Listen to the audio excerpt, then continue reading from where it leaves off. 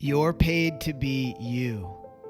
This life is not about how hard you work. It's not about hustling harder. It's not about proving your worth through performance. It's about finding the realist version of yourself and sharing it with the world. That's what this life is about. That's why you came here. And that's what you actually get paid to do. And when I say paid, I mean that literally. I also mean it figuratively, or you could say it like this. I mean it financially, but I also mean it emotionally, spiritually, psychologically, physically. We receive in proportion to how we give. Not how much we give, but how and what we give. So if you're giving resentment, for instance, you receive things that are going to be in harmony with that. When you give gratitude, you receive things that are in harmony with that. So what we're talking about today, what we're talking about in this video, is giving the best of you, the deepest, realest, most authentic part of you, because that's a gift that only you can give. And how you are paid for that, meaning what you receive financially and otherwise, is in harmony with what and how you give.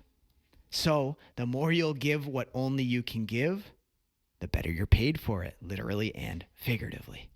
It is sometimes said that the only thing we're doing as humans is remembering more of who we are. Like, that's the journey we're on, which takes patience and it takes courage. And here's why.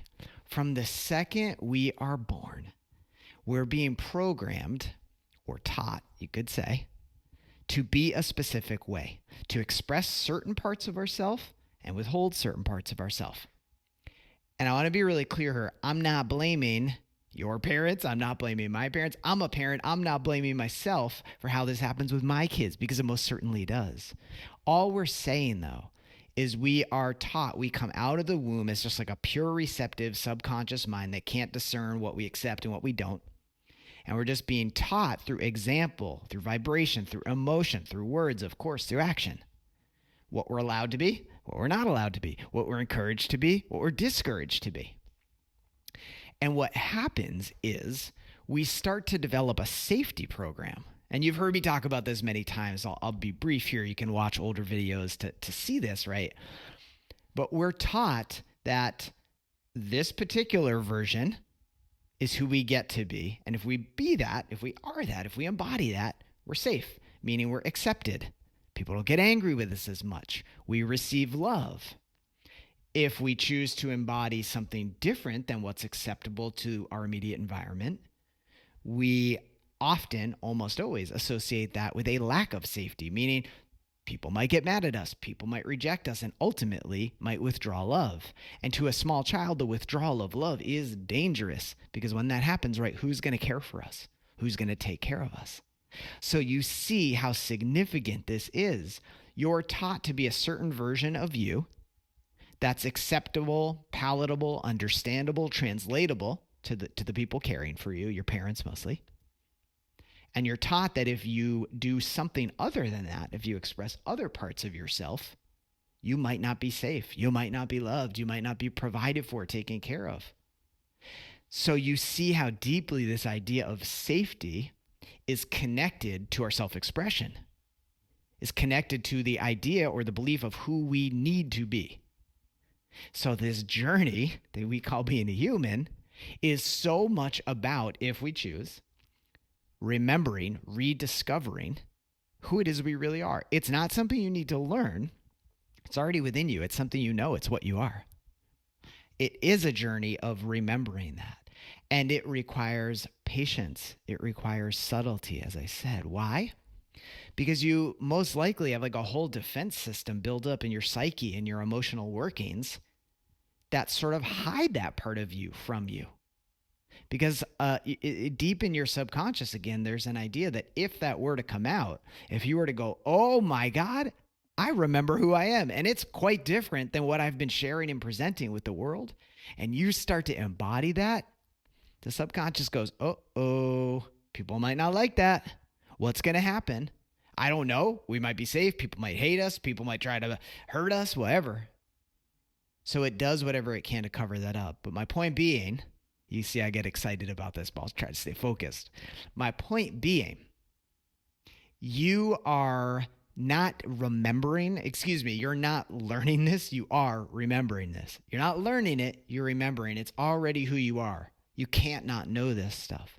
And it takes patience and courage and subtlety to let it out. You can't force this stuff. You can encourage it. You can challenge yourself in certain ways, but you cannot force it. That part of you that is scared to open up almost never responds well to force. It doesn't respond well to judgment. This is not something you can't take like a mental crowbar and just pop that shit open. You can't do that. I mean, you can try, but I don't think it's going to go well. There's this very beautiful place in the middle where you challenge yourself. You don't let yourself just go back into the comfort of hiding. So you challenge yourself, but you do it with great love and compassion and patience and understanding. That's how we get underneath these safety programs and access who it is we really are. Which brings me to an idea that I really love. I think this journey of self-discovery, of remembering who it is you really are and then getting paid to be who you really are, it is both a science and an art. And I find that incredibly powerful. Here's why. The science part is beautiful to our brain and our mind. It's looking for certainty. So if it can detect a clear path, it goes, cool, this is doable. The art speaks to our soul, speaks to our heart, speaks to God operating to and through us that just wants creative expression, and it's both.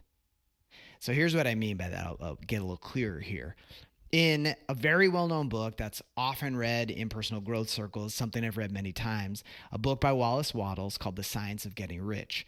He teaches, again, what he's calling the science of getting rich or building wealth as a science, as something clearly demonstrable. And he says it's sort of based on these three principles: having a clear visual image of what you want, having a clear purpose for why you want it, and having faith with gratitude that you already are or already have what it is you want. Meaning, even if you can't see it with your eyes, you know it's coming, you know it's on its way.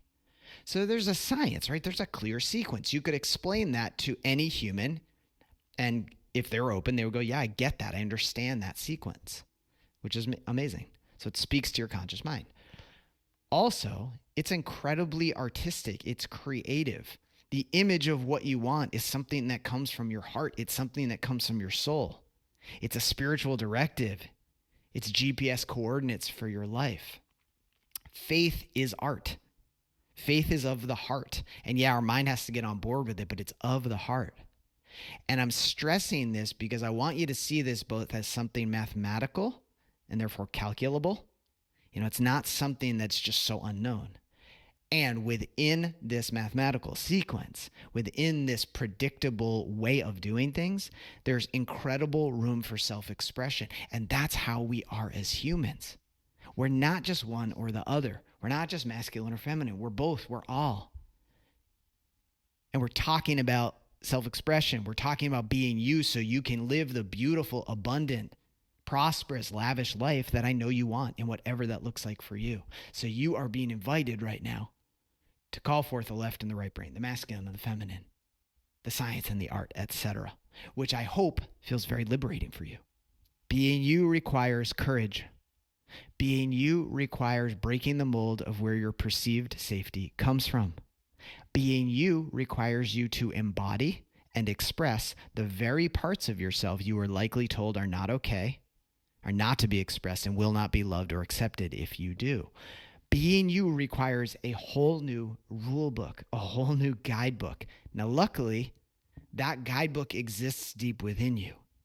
And to discover it, there is this gap experience where you throw out the old program, or you at least hold it to the side and go, yeah, I see you over there, but I know we got to operate differently. And this is where a lot of people turn back because you are required to step into the unknown.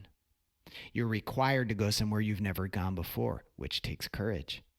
It takes deep listening. It takes faith. So we have this old program, this old rule book that we've been living by, and we're discovering what's true for us. We're remembering what's true for us. You're remembering what's true for you. I want to bring in a new concept here, and stick with me. I hope it really helps you. If you've ever studied mathematics, all of you watching this video at some point have studied the Fibonacci sequence or heard of it, I am sure. Whether or not it's familiar, it's somewhere in the recesses. But the Fibonacci sequence has been discovered as the building block of all life. Like, it's how spirit comes into matter, and it's how matter builds. It's how this physical world was created. You can break it all down to this very simple sequence of numbers. And what the Fibonacci sequence ultimately expresses is this. You look to the past, you combine the past with the present, and those two things together take you to the next step in the sequence, the next building block of life. I encourage you to look at your own life like that. We're not telling you to forget everything you ever learned from your parents or your environment. We're not making any of that wrong. What I want to encourage you to do is to go, okay, I want to look at the past. I want to look at that program and handpick what I love from it, what serves me, what's going to help me create the life that I want. I want you to take that and add it to the special sauce of who you are as you rediscover that, as you remember it. So if you have a love for music, let's just say, and that's one of the things you're remembering about yourself. Okay, that's who I am in the present. That's what's going on. You're going to have some things from your past that are helpful in the expression of this musical passion or this musical gift. When you combine those two things, they take you into the future. And the bigger point that I'm making here, yes, there's a science and an art. And we're not making your past wrong. Your past was intentional at a spiritual level. Your past was there to help you, to guide you, to heal you, to inform you. We just want to make it such that your past, your program, is not the only lens through which you look at the world. We want to handpick what works and what serves you, combine it with the truth of who you are to go blaze a new path, to go create a new future for yourself. Two very potent examples of this, because I want to make sure this really lands. So I'm recording this video at the end of April 2025. In the US, the movie Sinners was just released, directed by Ryan Coogler. I loved it. It's amazing. One of the things I love in that movie is it focuses on the Delta blues music in the early part of the 20th century in the American South. And without spoiling the movie for anybody, right, it focuses on the importance of that music and how that music connects and how that music became the building block for so much expression for so many different types of people. So you have this blues music, which was created in a very unique, challenging situation, let's just say. What I want to say is that music became the building block of most music you listen to. So it became the building block of rock and roll. It was this blues aesthetic, amplified, electrified, a couple different elements brought in. You have rock and roll, you have Elvis Presley and the Beatles and Led Zeppelin, etc. It became jazz. Jazz is the blues combined with European classical music, which becomes jazz. Jazz and rock and roll and the blues all then inform hip hop, etc., etc. So you see, going back to the Fibonacci sequence, we look at the past. We have this opportunity to take what is beautiful, what is helpful, leave the rest, combine it with the present to go, what do I want to create from here? I hope that lands. I find that to be a very beautiful example. Another example. So if you know a little bit about my life, or if you listen to recent videos, you know that I'm coaching my son's soccer teams. I'm coaching a bunch of teenage boys playing soccer. And one of the things we are asking these boys to do is to really get in touch with what their natural gifts are. They've been taught all about soccer for many, many years at this point, which is great. They also just have a natural gift within them, and it's very unique for each of them. What I want to help each of those boys do is go, all right, what have you been taught about soccer? So this is programming. Who are you naturally as an athlete, as a soccer player? Like, how do you naturally contribute on the field? What's your natural gift?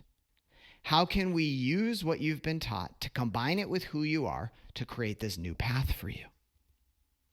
I find this incredibly inspiring because it doesn't require you to throw away your past. It doesn't require you to make the entire program wrong. We're just now going into it consciously and going, what of this may I use to serve the expression of who I know that I am to create a new future?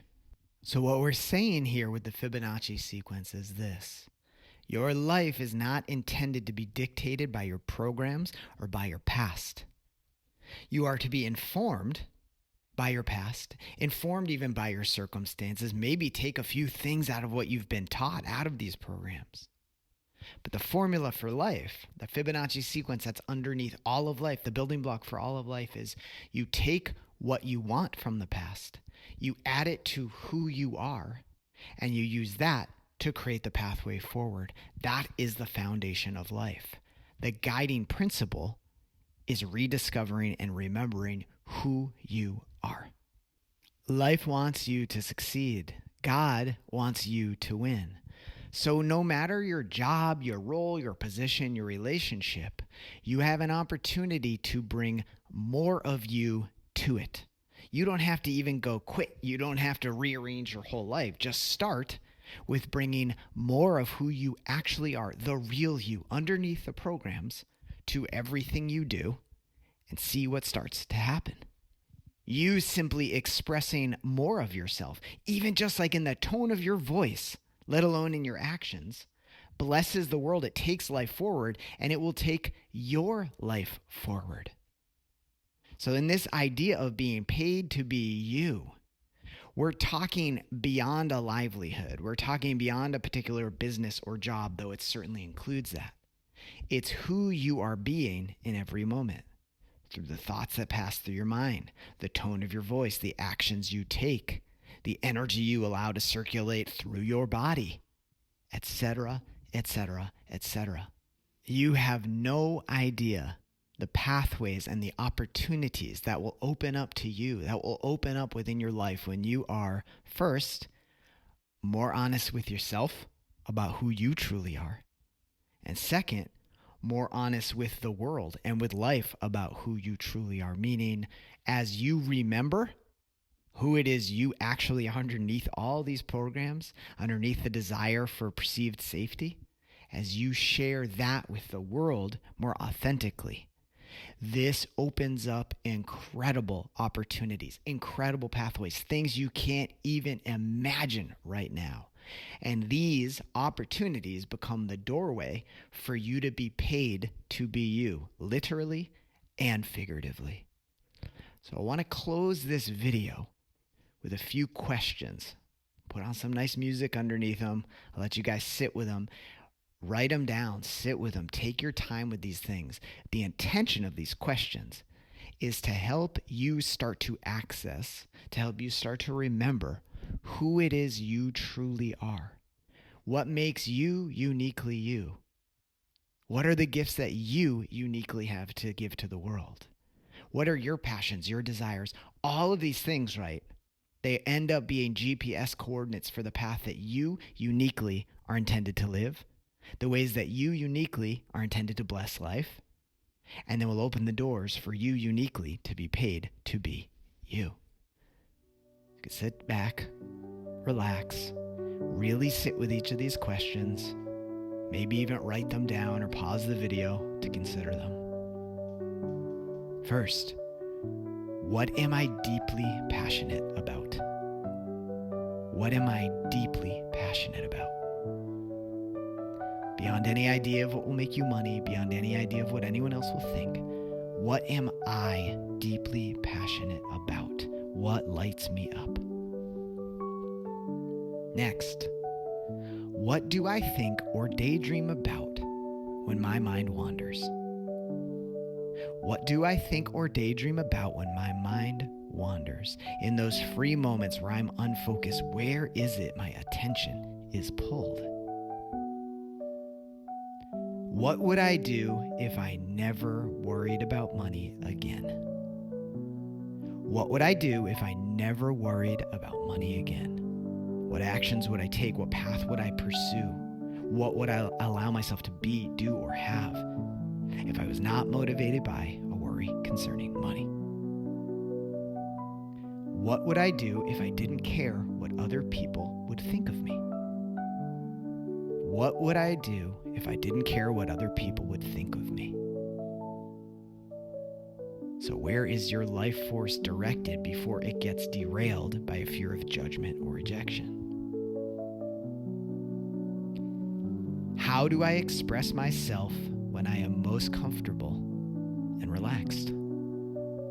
How do I express myself when I am most comfortable and relaxed? You can envision the situations in which you are most comfortable and relaxed. What parts of you come out? What's the tone of your voice like? What's your body language like? What are you thinking? What are you feeling? How do you express yourself? What are the parts of me that only my closest friends get to see? What are the parts of me that only my closest friends or family get to see? So this is when you're with the people you feel safest with, most seen and loved by. What are the parts of you that come out there?